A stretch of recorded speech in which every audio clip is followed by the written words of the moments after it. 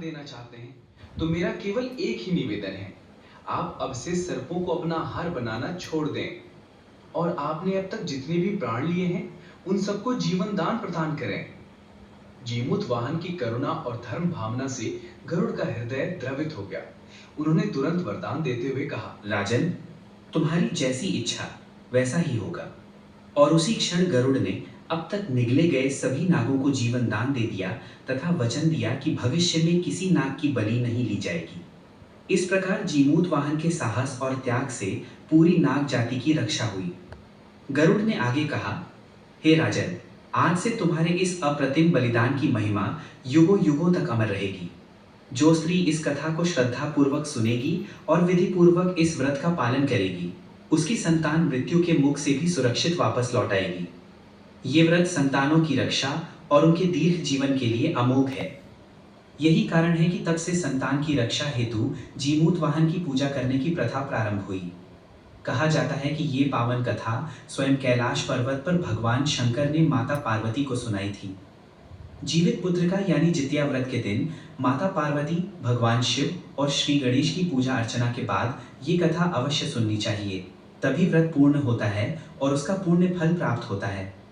इतना कहकर छोटी बहन ने अपनी बड़ी बहन का हाथ पकड़ते हुए स्नेहपूर्वक कहा, बहन, यही कारण है कि मैं ये व्रत करती हूँ। मैं तो कहती हूँ कि तुम भी इस जितिया व्रत को पूरी श्रद्धा और निष्ठा से करो। निश्चय ही तुम्हारी गोद हरी हो जाएगी। मुझे पूरा विश्वास है कि ऐसा करने से तुम भी संतान सुख से वंचित नहीं रहोगी और तुम्हें भगवान का आशीर्वाद अवश्य प्राप्त होगा। अब तो अपनी छोटी बहन के मुख से ऐसी भावपूर्ण बातें सुनकर बड़ी बहन को अपनी भूल का गहरा आभास हुआ। उसके मन में ग्लानि का भाव उमड़ पड़ा। मेरी छोटी बहन मेरी सोनी गोद की चिंता करती रही और मैं उसकी हरी भरी गोद उजाड़ने पर तुली रही। मैं कितनी बड़ी भूल कर बैठी। पश्चाताप से उसकी आंखों से आंसू बहने लगे। वो हाथ जोड़कर रोते रोते अपनी बहन से क्षमा मांगने लगी। छोटी बहन का हृदय तो करुणा और प्रेम से भरा हुआ था।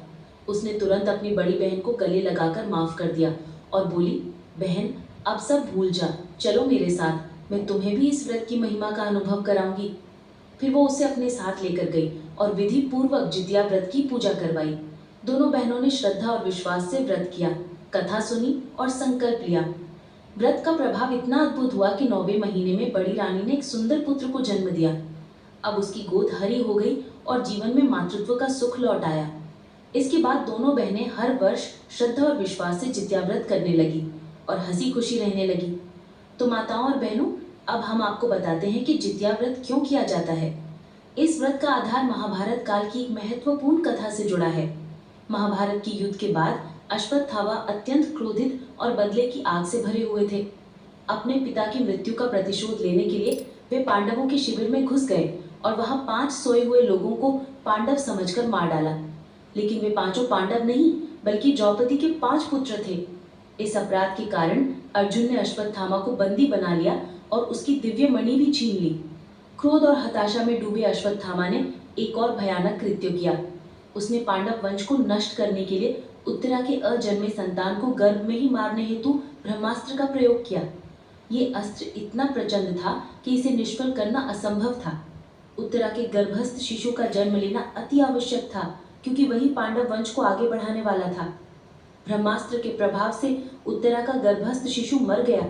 तब भगवान श्री कृष्ण ने अपनी दिव्य शक्ति और अपने समस्त पुण्य का फल देकर उस शिशु को गर्भ में ही पुनः जीवन प्रदान किया। मरकर फिर जीवित होने के कारण उस पुत्र का नाम जीवित पुत्रिका पड़ा। वही आगे चलकर राजा परीक्षित बने। तभी से ये मान्यता स्थापित हो गई कि जीवित पुत्रिका व्रत यानी जितिया व्रत रखने से संतान मृत्यु के मुख से भी सुरक्षित लौट आती है।